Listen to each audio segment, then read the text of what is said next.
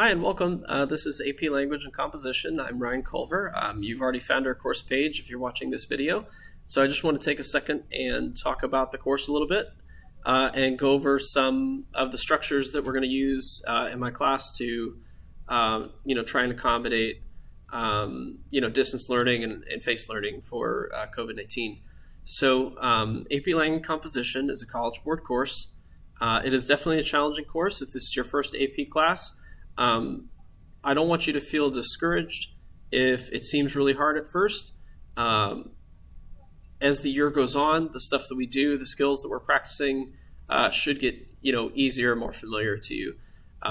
Definitely reach out if you are having issues, and I'll do everything I can to try to help you. The reason I'm here, the reason I teach this class is because I feel that writing is a very important life skill. Regardless of what field or profession you find yourself in, it's the ability to express yourself and have voice is going to be something that's really important and hopefully very valuable. So we're going to be using something called a flipped classroom this year, whether you're in KVA or whether you're in my room for face-to-face instruction. So I'm gonna make myself small in the corner for a second, and then we'll talk about flipped classroom. And so, again, this is something that'll be relevant for all my students, whether you're attending virtual school or you're here on campus every day. So, what is a flipped classroom? Basically, this is something where we change the traditional format of school. If you've ever been sitting in a class and you're tired of the teacher sort of just talking at you the whole period, that is an old traditional format for school, lecturing. We're trying to take that out when we do a flipped classroom. And so the way it works is I'll post all of our material for that class day on the day before, so that the idea is that you as a student come to class preloaded with all of the boring, factual, knowledge-based information that you need, so that we can use our class time instead for activities and practice and going over things. It's something where you can ask questions because you already have a basis of knowledge, and it's a place where I can sort of, take the work that you've already tried on your own and help you improve it. I got a little graphic here so you can kind of see what it looks like. This is from the University of Texas. A lot of college professors use flipped classroom. And so this should be pretty good practice too for what you'll see on a college campus.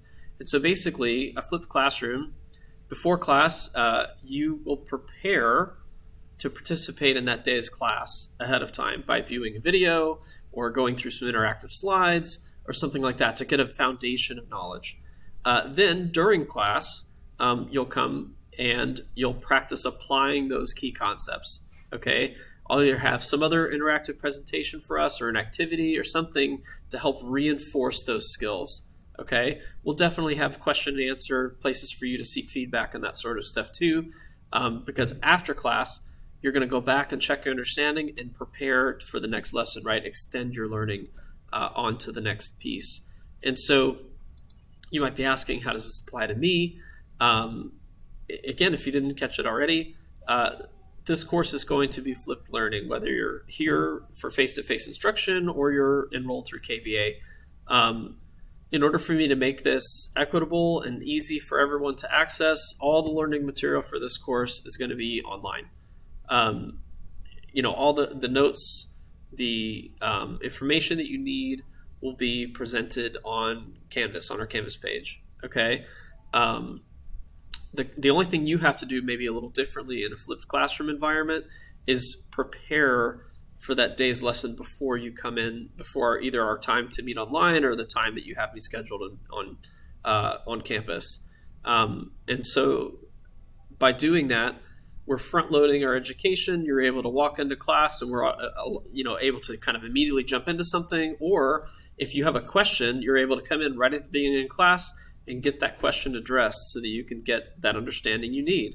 Instead of the old school way, the traditional way, where you would spend the whole class trying to stay awake through a boring lecture and then leave the room with questions that you don't have time to get answered. Okay, so now all the questions that you may have, you should have at the beginning of class because you've already viewed the video or the interactive slides or whatever it is that you need to prepare, and you can come in and we have that whole class time for you to get your questions answered. And so the theoretical basis for flipped classroom is that it provides better opportunities for learning. Okay, if you're getting competence, deep confidence in an area, you need to have a foundation in factual knowledge. You need to understand those contexts and how they work together in a framework, and you also need to be able to organize a way for you to connect those ideas and retrieve them when you need them to learn something else new. Okay, and so when we use class time for you to apply your knowledge instead of for you to receive it, that's going to give you a better foundation, a better reinforced learning experience. Okay, and so it also will give you this idea of what we call in education a metacognitive approach. I'm not asking you to plan out and design your own education. That's what metacognition is, where you're aware of yourself as a student, and so you're kind of designing your own lessons. That's not exactly what I'm trying to do. I'm still going to help design the lessons for you, but by flipping the classroom, you are taking a more active role in that learning. Okay, you're preparing your own foundation knowledge. You're coming up with the questions to fill the learning gaps that you may have on an individual basis, and then we have facilitated time during class that you can get those questions answered, and so that you can grow. Okay, and so I know that the last 6 months with COVID and all this stuff is really hard. I understand that as coming into your junior year is a pretty challenging thing too. There's a lot going on. This is really your last chance to make a good impression before you start doing college applications and that kind of thing too. So we have a lot to cover, and we're going to do it, as best we can. All I ask from students is to have a positive attitude and to reach out if they need help. In the meantime, if you want to click on modules up here, actually I think it's on this side, and check it out in the corner, we can get started. As you can see, my Bitmoji game is really on too. So I'm hyped for the year, and I'm hyped to get to know each and every one of you. Thanks for watching.